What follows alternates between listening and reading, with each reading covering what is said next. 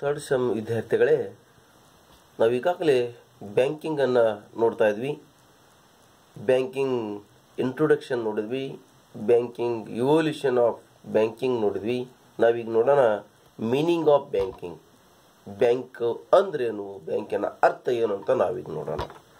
ನೋಡಿ, ಹೂಡಿಕೆಯನ್ನು ಮಾಡುವ ಅಥವಾ ಸಾಲ ನೀಡಿಕೆಯ ಉದ್ದೇಶದಿಂದ ಸಾರ್ವಜನಿಕರಿಂದ ಠೇವಣಿಯಾಗಿ ಸ್ವೀಕರಿಸಿ ಕೇಳಿದ ಕೂಡಲೇ ಮರುಪಾವತಿ ಮಾಡುವ ಅಥವಾ ಚೆಕ್ಕು, ಹುಂಡಿ ಮತ್ತಿತರ ಸಾಧನಗಳ ಆಧಾರದ ಮೇಲೆ ಹಣವನ್ನು ಹಿಂದಕ್ಕೆ ನೀಡುವ ಸಂಸ್ಥೆಯೇ ಬ್ಯಾಂಕ್. ನಾನು ಸರ್ ರಿಪ್ಲೈ ಮಾಡ್ತಾ ನೋಡಿ.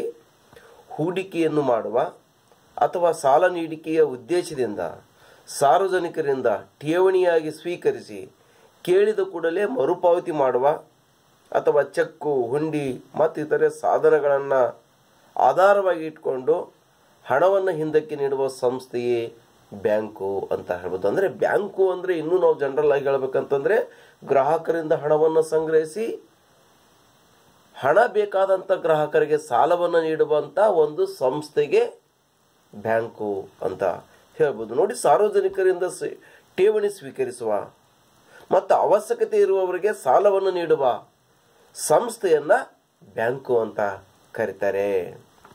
ನೋಡಿ, ಹಣಕ್ಕೆ ಸಂಬಂಧಿಸಿದಂಥ ಎಲ್ಲ ಕಾರ್ಯಗಳನ್ನು ನಿರ್ವಹಿಸುವಂಥ ಒಂದು ಸಂಸ್ಥೆಗೆ ಬ್ಯಾಂಕು ಅಂತ ಹೇಳ್ಬೋದು.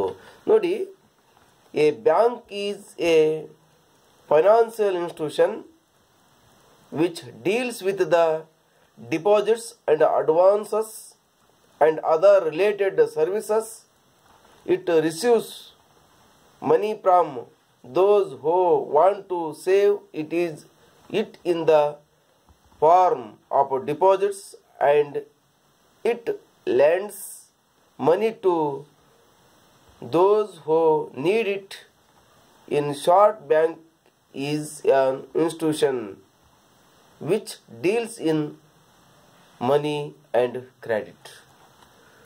ಈಗಾಗಲೇ ಹೇಳಿದಂತೆ ಬ್ಯಾಂಕು ಅಂತಂದರೆ ಯಾರಲ್ಲಿ ಅಧಿಕ ಪ್ರಮಾಣದಲ್ಲಿ ಹಣ ಇರ್ತದೋ ಅಥವಾ ಬ್ಯಾಂಕಿನಲ್ಲಿ ಹಣ ಇಡುವಂಥ ಅಪೇಕ್ಷೆ ಇರ್ತದೋ ಅವರಿಂದ ಠೇವಣಿಯನ್ನು ಸಂಗ್ರಹಿಸಿ ಯಾರಿಗೆ ಹಣದ ಅವಶ್ಯಕತೆ ಇರ್ತದೋ ಅವರಿಗೆ ಸಾಲವನ್ನು ಸೃಷ್ಟಿ ಮಾಡುವ ಅಥವಾ ಪತ್ತನ್ನು ಸೃಷ್ಟಿ ಮಾಡುವ ಸಂಸ್ಥೆಗೆ ಬ್ಯಾಂಕು ಅಂತ ಹೇಳ್ಬೋದು.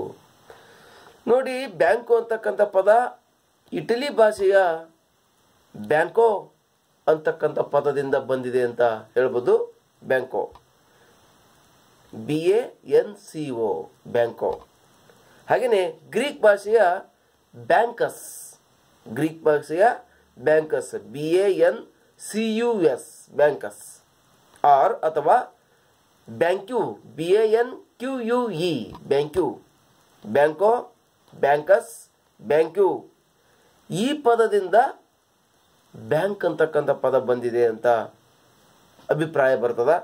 ಈ ಎಲ್ಲ ಪದಗಳು ಬೆಂಚು ಎಂಬ ಅರ್ಥದಲ್ಲಿ ಕೂಡ ಬರ್ತವೆ. ಬೆಂಚು ಅಂತಂದರೆ ನಾವು ಈಗಾಗಲೇ ಬ್ಯಾಂಕ್ ಅಂತಕ್ಕಂಥ ಸ್ಥಳದಲ್ಲಿ ಆ ಬ್ಯಾಂಕಿನಲ್ಲಿ ಒಂದು ಬೆಂಚಿನ ಮೂಲಕ ಅಥವಾ ಚೇರ್ ಅಥವಾ ಏನು ಚೇರ್ ಅಲ್ಲ, ಆ ಟೇಬಲ್, ಬೆಂಚಿನ ಮೂಲಕ ಹಣದ ವ್ಯವಹಾರವನ್ನು ಮಾಡುವಂಥ ಪ್ರಕ್ರಿಯೆ ಕಂಡುಬರ್ತದೆ. ಹಣ ನೀಡುವಂಥದ್ದು, ಠೇವಣಿ ಸಂಗ್ರಹಿಸುವಂಥದ್ದು, ಪತ್ತು ಸೃಷ್ಟಿ ಮಾಡುವಂಥದ್ದು ಅಥವಾ ಸಾಲವನ್ನು ಪಡೆಯುವಂಥದ್ದು ಬೆಂಚಿನ ಮೂಲಕ ನಡೀತದೆ.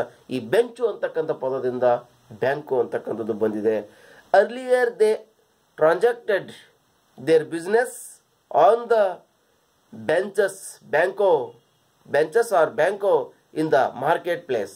ಅಂದರೆ ಹಣದ ಮಾರುಕಟ್ಟೆ ಅಂತಕ್ಕಂಥದ್ದು ಏನಿದೆಯಲ್ಲ ಆ ಬೆಂಚಿನ ಮೂಲಕ ನಡೆಯುವಂಥ ಕ್ರಿಯೆ ಆಗಿರ್ತದೆ. ದ ವರ್ಡ್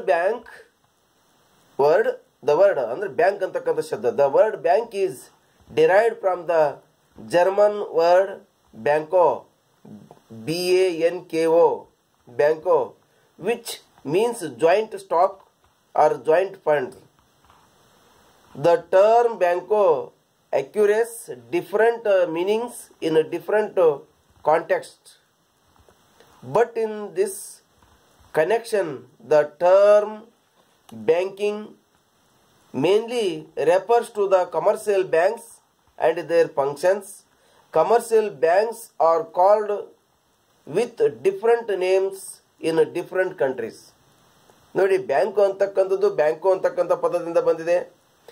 ಇದು ಬೇರೆ ಬೇರೆ ರಾಷ್ಟ್ರದಲ್ಲಿ ಬೇರೆ ಬೇರೆ ರೀತಿಯಾಗಿರ್ತಕ್ಕಂಥ ಪದದಿಂದ ಕರೆಯುವಂಥದ್ದು, ಕಮರ್ಷಿಯಲ್ ಬ್ಯಾಂಕುಗಳನ್ನ ಬೇರೆ ಬೇರೆ ಪದದಿಂದ ಕರೆಯುವಂಥ ಕಂಡು ಬರ್ತದ ನೋಡಿ. Different countries. In England commercial banks are known by the name of joint stock banks. ಇಂಗ್ಲೆಂಡ್ನಲ್ಲಿ ಜಾಯಿಂಟ್ ಸ್ಟಾಕ್ ಬ್ಯಾಂಕ್ ಅಂತ ಕರೀತಾರೆ.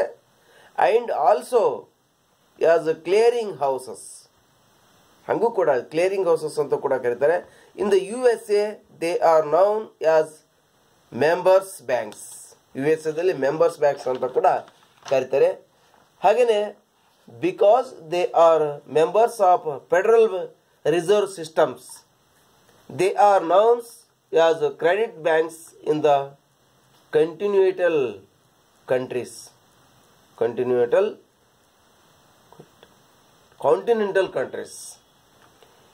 In India they are called as scheduled banks. Commercial ಬ್ಯಾಂಕ್ಗಳನ್ನು ಭಾರತದಲ್ಲಿ ಶೆಡ್ಯೂಲ್ ಬ್ಯಾಂಕ್ಗಳು ಅಂತ ಕೂಡ ಕರೀತಾರೆ. ಹೀಗೆ ಬ್ಯಾಂಕು ಅಂತಕ್ಕಂಥ ಪದ ಈ ರೀತಿಯಾಗಿ ಬೇರೆ ಬೇರೆ ರಾಷ್ಟ್ರದಲ್ಲಿ ಬೇರೆ ಬೇರೆ ರೀತಿಯೂ ಕೂಡ ಕರೆಯುವಂಥದ್ದು ಕಂಡುಬರ್ತದ. ಈ ಜರ್ಮನಿ ಭಾಷೆ ಒಳಗೆ BACK ಬ್ಯಾಕ್ ಅಂತ ಕರೆಯುವಂಥದ್ದು ಕೂಡ ಕಂಡುಬರ್ತದ. ಕೂಡು ಬಂಡವಾಳ ನಿಧಿ ಅಂತ ಕೂಡ ಕರೀತಾರೆ. ಇಟಲಿ ಭಾಷೆಯಲ್ಲಿ ಮೋಂಟ್ ಅಂತಕ್ಕಂಥ ಪದದಿಂದನೂ ಕೂಡ ಬ್ಯಾಂಕ್ ಅಂತಕ್ಕಂಥ ಪದ ಬಂದಿದೆ ಅಂತ ಹೇಳ್ಬೋದು. ಇಲ್ಲಿ ಒಂದೇ ಶಬ್ದದ ಹೇಳಬೇಕಂದ್ರೆ ಬ್ಯಾಂಕ್ ಅನ್ನುವಂಥ ಪದ ಏನು, ಬ್ಯಾಂಕ್ ಅನ್ನುವಂಥದ್ದು ಠೇವಣಿಯನ್ನು ಸಂಗ್ರಹಿಸುವ ಹಾಗೆಯೇ ಗ್ರಾಹಕರಿಗೆ ಪತ್ತನ್ನು ಸೃಷ್ಟಿ ಮಾಡುವ ಒಂದು ಸಂಸ್ಥೆಗೆ ಬ್ಯಾಂಕು ಅಂತ ಕರೀತಾರೆ. ಠೇವಣಿಯನ್ನು ಸ್ವೀಕರಿಸುವಿಕೆ ಮತ್ತು ಸಾಲವನ್ನು ನೀಡುವಿಕೆ ಒಂದು ಉದ್ಯಮವಾಗಿದೆ. ಬ್ಯಾಂಕುಗಳು ಕೈಗೊಳ್ಳುವಂಥ ಈ ಉದ್ಯಮವನ್ನು ಬ್ಯಾಂಕೋದ್ಯಮ ಅಂತ ಕರೀತಾರೆ. ಅಂದರೆ ಬ್ಯಾಂಕುಗಳು ಏನು ಠೇವಣಿಯನ್ನು ಸಂಗ್ರಹಿಸುವ ಮತ್ತು ಪತ್ತನ್ನು ಸೃಷ್ಟಿಸುವಂಥ ಒಂದು ಕಾರ್ಯವನ್ನು ಮಾಡ್ತವೆ. ಈ ಕಾರ್ಯ ಮಾಡುವಂಥ ಒಂದು ಉದ್ಯಮಕ್ಕೆ ಬ್ಯಾಂಕೋದ್ಯಮ ಅಂತ ಕರೀತಾರೆ.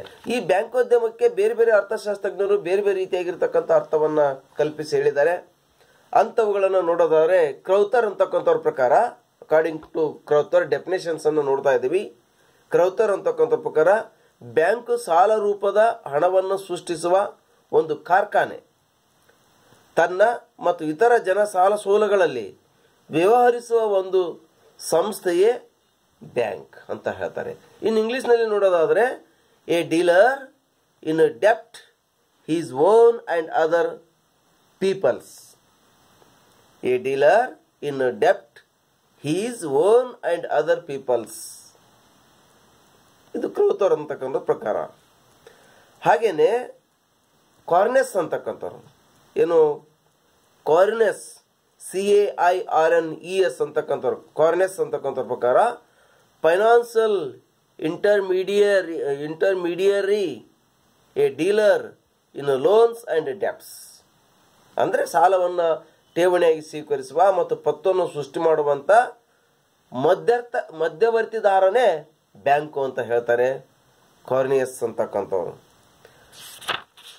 ಇನ್ನು ಇನ್ನೊಬ್ಬ ಅರ್ಥಶಾಸ್ತ್ರಜ್ಞರು ಹೇಳ್ತಾರೆ ಕನ್ನಡದಲ್ಲಿ, ಪ್ರೊಫೆಸರ್ LV ಚಾಂಡ್ಲರ್ ಅಂತಕ್ಕಂಥವ್ರು ಹೇಳ್ತಾರೆ, ಋಣವನ್ನು ಹಣದಂತೆ ಚಲಾವಣೆಗೆ ತರುವ ಸಂಸ್ಥೆಗಳು ವಾಣಿಜ್ಯ ಬ್ಯಾಂಕುಗಳಾಗಿದ್ದಾವೆ. ಋಣವನ್ನು ಹಣದಂತೆ ಚಲಾವಣೆಗೆ ತರುವ ಸಂಸ್ಥೆಗಳು ವಾಣಿಜ್ಯ ಬ್ಯಾಂಕುಗಳಾಗಿದ್ದಾವೆ ಅಂತ ಹೇಳ್ತಾರೆ. ಹಾಗೆ ಬೇರೆ ಬೇರೆ ಅರ್ಥಶಾಸ್ತ್ರಜ್ಞರು ಇನ್ನೂ ಕೂಡ ಬೇರೆ ಬೇರೆ ರೀತಿಯಾಗಿ ಹೇಳಿರುವಂಥದ್ದು ಕಂಡುಬರ್ತದ.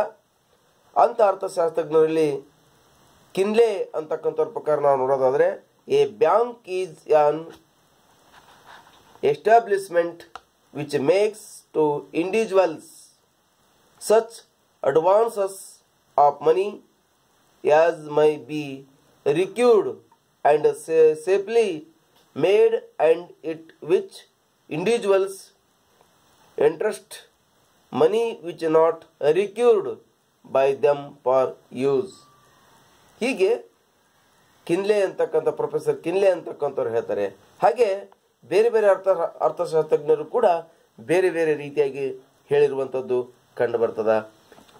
ಇದು ಬ್ಯಾಂಕ್ ಅಂತಕ್ಕಂಥ ಪದಕ್ಕೆ ಒಂದು ಅರ್ಥ.